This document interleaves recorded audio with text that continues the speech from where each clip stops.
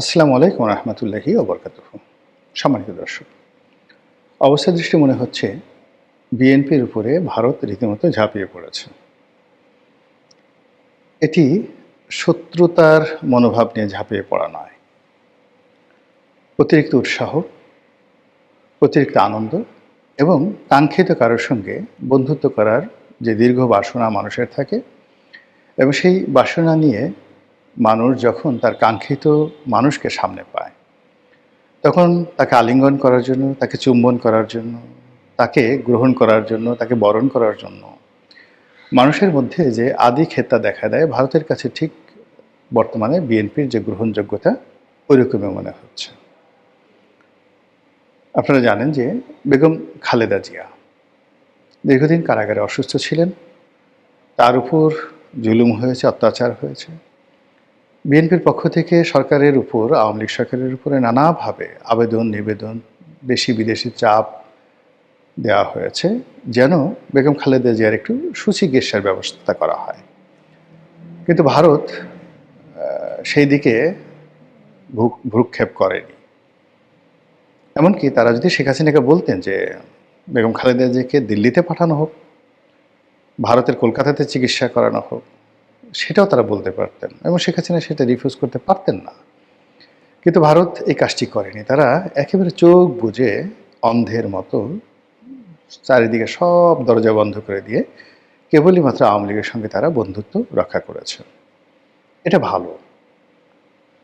এটা ভালো যে ভারতের এই অভ্যাসটা আমার ভালো লাগে, যে তারা যখন কারো পক্ষ অবলম্বন করে একেবারে অন্ধভাবে তাদের পক্ষ অবলম্বন করে, আর যাদের বিরোধিতা করে তারা খুব ডেডিকেটেডলি সেই বিরোধিতা তারা চালিয়ে যায়।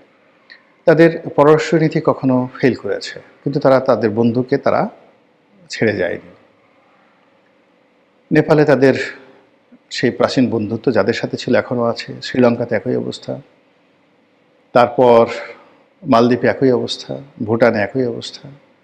মানে কখনো কখনো সেই সকল দেশের যে রাজনীতির উত্থান পতন এবং ভারত এবং চীনের মধ্যে যে রেষারেষি, সেক্ষেত্রে ভারত যে কাজটি করেছে, যাদেরকে সাপোর্ট করেছে তাদের সঙ্গে তারা সেইভাবে থেকেছে। তো সেই দিক থেকে যদি ভারতের আমরা চরিত্র দেখি, আওয়ামী লীগের সঙ্গে তাদের যে বন্ধনটি, এই বন্ধনটি পার্মানেন্ট। এখন সেই বন্ধন ছেড়ে তারা হঠাৎ করে কেন বিএনপির ব্যাপারে এত উৎসাহ দেখাচ্ছে? এটি কি আওয়ামী লীগকে ত্যাগ করে বিএনপিকে গ্রহণ করার, নাকি বিএনপিকে কনভিন্স করে তারপরে তার মাধ্যমে শেখ হাসিনাকে বাংলাদেশে প্রত্যাবর্তন করানো, তারপর আওয়ামী লীগের যে নিয়মতান্ত্রিক রাজনীতি, সে রাজনীতিকে বৈধ করা এবং তাদেরকে সেই সুযোগ দেওয়া, এই কাজ করার জন্য কি তারা সেটা দেখাচ্ছে? নাকি গত 17টি মাসে তারা যেভাবে অপদস্থ হয়েছে, অপমানিত হয়েছে, লাঞ্ছিত হয়েছে ডক্টর মোহাম্মদ ইউনূস এবং তার সরকারের দ্বারা, যেভাবে ইসলামী ছাত্র শিবির থেকে শুরু করে প্যারিসে বসে বিএনপি এবং যাকে বলে জামাত, এদের চাইতেও সোশ্যাল মিডিয়াতে যারা খুব বেশি অ্যাক্টিভ, এ সকল ইউটিউবাররা যেভাবে ভারত বিরোধী প্রচারণা চালিয়েছে এবং যার ফলে ভারতীয় পণ্য বর্জনের ডাক এসেছে বারবার। ভারতীয় যারা লোকজন তারা এই দেশে কখনোই তারা নিরাপদ বোধ করেনি এবং বারবার তারা তাদের ভিসা সেন্টার বন্ধ করে দিয়েছে। এবং ভারতীয় রাষ্ট্রদূত গত 15 বছর ধরে বাংলাদেশে যেভাবে তারা চলাফেরা করতেন, এই গত 17 মাসে বলতে গেলে রীতিমতো বিশ্রী অবস্থায় তাদেরকে ঘরে বসে থাকতে হয়েছে। তো এই অবস্থার পর যখন একটা নির্বাচন হলো, সেই নির্বাচনে বিএনপি সংখ্যাগরিষ্ঠতা পেল এবং জনাব তারেক রহমান সাহেব একটি উল্লেখযোগ্য চরিত্রে তিনি আবির্ভূত হলেন দৃশ্যপটে। তো সে কারণে কি তারা এই যে দীর্ঘ অপমান ডক্টর মোহাম্মদ ইউনূস সরকারের দ্বারা, এরপর জনগণের মধ্যে ভারত যে বিরোধিতা, তার সঙ্গে সঙ্গে অর্থনৈতিক কর্মকাণ্ডে তারা যে বিপর্যস্ত অবস্থার মধ্যে পড়েছে, যেভাবে ভারতের সঙ্গে ব্যবসা বাণিজ্য, যাতায়াত, ট্রানজিট প্রায় সব কিছুতে একটা স্থবিরতা নেমে আসছে। এটা কেবল যে আমাদের ক্ষতি হয়েছে তা নয়, ভারতেরও কিন্তু মারাত্মক ক্ষয়ক্ষতি হয়েছে। তো সেই জায়গাতে বের হওয়ার জন্য তারা কি তারেক রহমান সাহেবকে গ্রহণ করতে চাচ্ছেন, বা বিএনপিকে খুব বেশি মাত্রায় তারা প্রিভিলেজ দিচ্ছেন, এই বিষয়গুলো নিয়ে আলোচনা করব। আমার কাছে যেটা মনে হচ্ছে যে ভারত যে কোনো মূল্যে আসলে বিএনপির সঙ্গে একটা সম্পর্ক স্থাপন করতে চায়, যে কোনো মূল্যে। তারা ডক্টর মোহাম্মদ ইউনূসের সাথে যেভাবে চলেছে, এটার যে নেতিবাচক প্রতিক্রিয়া তারা দেখেছে, কাজেই এটা তারা আর কন্টিনিউ করতে চায় না। তো তারা ভারত যেটা চায় যে বিএনপির সঙ্গে তাদের একটা ভালো সম্পর্ক হোক, তারেক রহমান সাহেবের সাথে একটা ভালো সম্পর্ক হোক, এটা তাদের একটা ফার্স্ট প্রেফারেন্স। দ্বিতীয় প্রেফারেন্স হলো যে ভারত বাংলাদেশ সম্পর্কের মধ্যে শেখ হাসিনার জমানাতে যে বিষয়গুলো মীমাংসিত হয়েছিল, ট্রানজিট, অন্যান্য বিষয়গুলো, যে চুক্তিগুলো হয়েছিল এবং বিশাল ভারতীয় বিনিয়োগ, বিভিন্ন ক্ষেত্রে যে বিনিয়োগগুলো হয়েছিল, সেই বিনিয়োগগুলো যেন চলমান থাকে এবং অর্থনৈতিক কর্মকাণ্ড যেন আগের মতো থাকে, এই বিষয়গুলো তারা নতুন সরকারের সঙ্গে একটি সমঝোতায় আসতে চাচ্ছে। আর তৃতীয়ত হলো সংগতি কারণে তারা চাইবে যে বাংলাদেশে কোনো ইসলামিক শক্তি এখানে ক্ষমতায় না আসুক। তো যদি তারেক রহমান সাহেব এবং ভার্সেস জামাত, এই দুটো রাজনৈতিক শক্তি পরস্পরের সাথে প্রতিযোগিতা করতে থাকে, আওয়ামী লীগ যদি এখানে অনুপস্থিত থাকে, জাতীয় পার্টি তো ইন দি মিন টাইম নিজেদেরকে দুর্বল থেকে দুর্বলতর বানিয়ে এখন রীতিমতো মানে লাইলাতুল মানে কবরস্থান এই পর্যায়ে চলে গেছে, লাইলাতুল শ্মশান এই পর্যায়ে চলে গেছে, শ্মশানের রাত্রিতে চলে গেছে, কবরস্থানের রাত্রিতে, নিকোষ কালো কবরস্থানের রাত্রিতে চলে গেছে জাতীয় পার্টিতে। এবং আমি বুঝতে পারলাম না যে এইবার এত বিভক্তি, এত বিরূপ পরিস্থিতিতে জাতীয় পার্টির জনাব জি এম কাদের এবং তার যারা নেতৃবৃন্দ কেন এই ইলেকশনে গেলেন, কেন তাদের ইলেকশন করা দরকার, এই জিনিস আমি বুঝতে পারলাম না।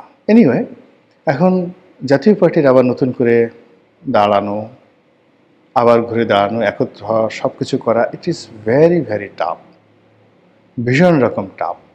তো এনিওয়ে, যেটা বলছিলাম, তো সেই অবস্থাতে যেটা হচ্ছে যে দুটো রাজনৈতিক শক্তি, একটা হলো ইসলামিক শক্তি, আর একটা হলো মানে জাতীয়তাবাদী শক্তি।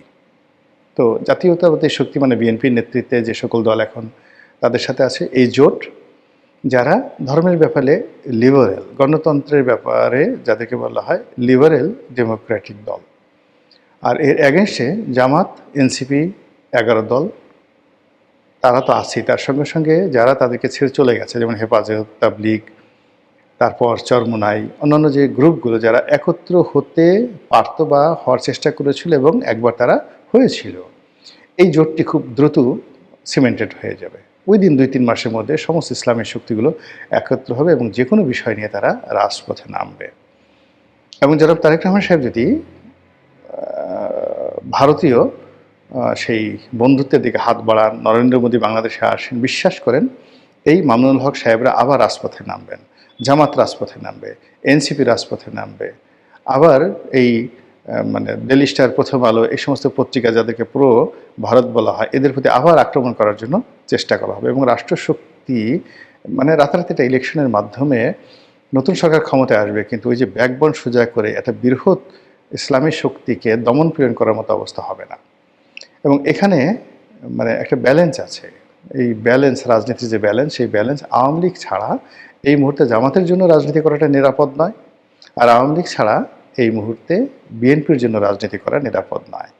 আর অন্যদিকে এরকম একটা অস্থির রাজনীতির যে পরিবেশ, তারপর একটা আনপ্রেডিক্টেবল অবস্থা, সেই আনপ্রেডিক্টেবল অবস্থার মধ্যে বিদেশি বিনিয়োগ করা, কূটনীতি করা, তারপরে দীর্ঘমেয়াদী একটি রাষ্ট্রের সঙ্গে আরেকটি রাষ্ট্রের সম্পর্ক স্থাপন করার ক্ষেত্রে নানা রকম বাধা এবং বিপত্তি রয়েছে। ভারত নিশ্চয়ই সেটা চাইবে না। তারা চাইবে যে যে যার শক্তি সামর্থ্য অনুযায়ী থাকুক, এবং এখানে কোনো একটি দল যদি একচেটিয়া ক্ষমতা অর্জন করে, তার ফলে যে ফ্যাসিজম তৈরি হয়, যে ডিক্টেটরশিপ তৈরি হয়, এটার ফলাফল কখনোই ভালো হয় না। এবং সর্বশেষ শেখ হাসিনাকে নিয়ে তারা যে বিপদে পড়েছে, এটি তারা 15 বছরে যে লাভ করেছে, তার চেয়ে এই গত 17 মাসে তারা যেভাবে অপমানিত, লাঞ্ছিত হয়েছে, এটা আগামীতে তারা হতে চাচ্ছে না। এইগুলো এক। 2 নম্বর হলো যে এখন যদি আওয়ামী লীগ না থাকে, একেবারে নিশ্চিত যে জামাত যেভাবে সংগঠিত হচ্ছে, তারা বিএনপিকে পূর্ণ মেয়াদে ক্ষমতায় থাকতে দেবে না। অবশ্যই একটা মধ্যবর্তী নির্বাচনের আগে আসতে হবে, অথবা এমন কিছু ঘটনা ঘটবে যে ঘটনার প্রেক্ষিতে বিএনপিকে ক্ষমতাচ্যুত হতে হবে। এবং সেক্ষেত্রে অনিবার্যভাবে যদি আওয়ামী লীগ রাজপথে না থাকে, জামাত ক্ষমতায় আসবে আসবে আসবে, কোনো সন্দেহ নাই। আর জামাত যদি ক্ষমতায় আসে, সে উইদিন 3 মান্থসের মধ্যে টোটাল রাজনীতির course of action say change করে ফেলবে, পুরো সে ইসলামাইজেশনে চলে যাবে। এবং এই বছর যে প্রচারগুলো এসেছে হিজাব নিয়ে, নারী নীতি নিয়ে, অন্যান্য যে বিষয়গুলো নিয়ে জামাত মিনমিন করেছে, বা যে বিষয়গুলো জামাত বলতে চেয়েছে কিন্তু সমালোচনার পরে আবার সেগুলো মিনিমাইজ করার চেষ্টা করেছে, এখন থেকে সেগুলো আর তারা করবে না। তারা যেটা বলবে, ইয়েস, আমরা যদি ক্ষমতায় আসি আমরা অবশ্যই সারিয়া আইন করব, আমরা যদি ক্ষমতায় আসি অবশ্যই সংখ্যাগরিষ্ঠ মুসলমান যারা রয়েছেন তাদেরকে পর্দা প্রথা পালন করতে হবে, যারা ভিন্ন ধর্ম হিন্দু রয়েছেন তারা তাদের ধর্ম মত অনুযায়ী চলবে, তাতে আমাদের কিছুই আসে যায় না। এবং রাস্তাঘাটে ইসলামিক অন্যান্য বড় বড় যে সকল রাষ্ট্র রয়েছে, সৌদি আরব, সেখানে নারীরা যেভাবে চলেন, ভিন্ন মতের নারীরা যেভাবে চলেন, আমাদের বাংলাদেশে সেভাবে চলবে না। এই কথাগুলো তারা একবার দেখবেন যে খুব দ্রুত তারা খোলামেলা এই কথাগুলো বলবে। বলার পরে কি হচ্ছে, এই যে 90% মুসলমান, প্রত্যেকটা পরিবারে কিন্তু যারা মুরব্বী তারা ভীষণ রকম বিরক্ত ছেলে মেয়েদের প্রতি। সারাদিন মোবাইল টিপে, মেয়েরা প্যান্ট পরে ঘুরে বেড়ায়, বয়ফ্রেন্ডদের সাথে যেখানে সেখানে শুয়ে থাকে, হোটেলে রাত কাটায়। এটা আসলে কোনো বাবা মা পছন্দ করে না। এমনকি যে বাবা মা যৌবনে নিজেরাই খারাপ ছিল, কিন্তু তারাও চাইবে না যে তাদের সন্তান সন্ততি এভাবে চলুক। তো সেক্ষেত্রে জামাত যখন এরকম একটা আহ্বান করবে যে আমাদের শতকরা 90% মুসলমানের দেশের ছেলেরা মেয়েরা যেভাবে অবাধ যৌনতা করে চলছে, আমরা এটা করতে দেব না। বাংলাদেশে অবাধ যৌনতা হবে না, বিয়ে থা করতে হবে। যেভাবে নেশা, মদ, গাঁজা চলছে, আমরা এর বিরুদ্ধে জিহাদ ঘোষণা করলাম। যারা মদ খাবে, জুয়া খেলবে, গাঁজা খাবে, তাদেরকে প্রকাশ্যে বেত্রাঘাত করা হবে। ইসলামে যেভাবে বিধান আছে ঠিক সেইভাবে করা হবে।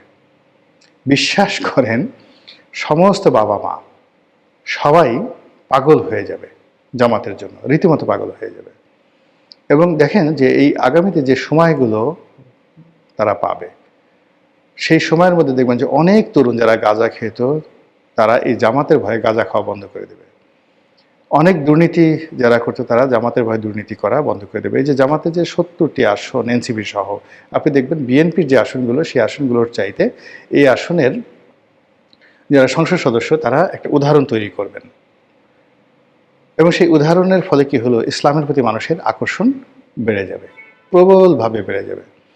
এরপরে জামাতের যে নেতৃবৃন্দ, এনসিপির যারা নেতৃবৃন্দ, যারা আপার হাউজে মেম্বার হবেন, তারা সেখানে ঘন্টার পর ঘন্টা কোরআন, হাদিস, ইজমা, মানে একটা ওয়াজের মাহফিল বানায় ফেলবেন আমাদের যে আপার হাউস, উচ্চকক্ষ সেখানে। এবং তাদের জামাতের লোকজন তারা ওইভাবে রিক্রুট করবে যারা ভালো বক্তা, অনলবর্ষী বক্তা, কোরআন জানে, হাদিস জানে, মহাভারত জানে। তো তার সাথে সাথে বিএনপির যারা লোকজন আছে তারা সেইভাবে দিতে পারবে না। ফলে দিন যত যাবে, এইভাবে যত চলবে, জামাতের আধিপত্য বাড়তে থাকবে যদি আওয়ামী লীগ না থাকে। তো এই কাজটি যুগপৎভাবে তারেক রহমান সাহেব এবং নরেন্দ্র মোদী করার চেষ্টা করবে, এবং সেই চেষ্টা আসলে কতটা ফলপ্রসূ হয় সেটি দেখার বিষয়। মহান আল্লাহ আমাদের সবাইকে হেদায়েত দান করুন এবং হেফাজত করুন। আসসালামু আলাইকুম রহমতুল্লাহি ওয়া বারাকাতুহু।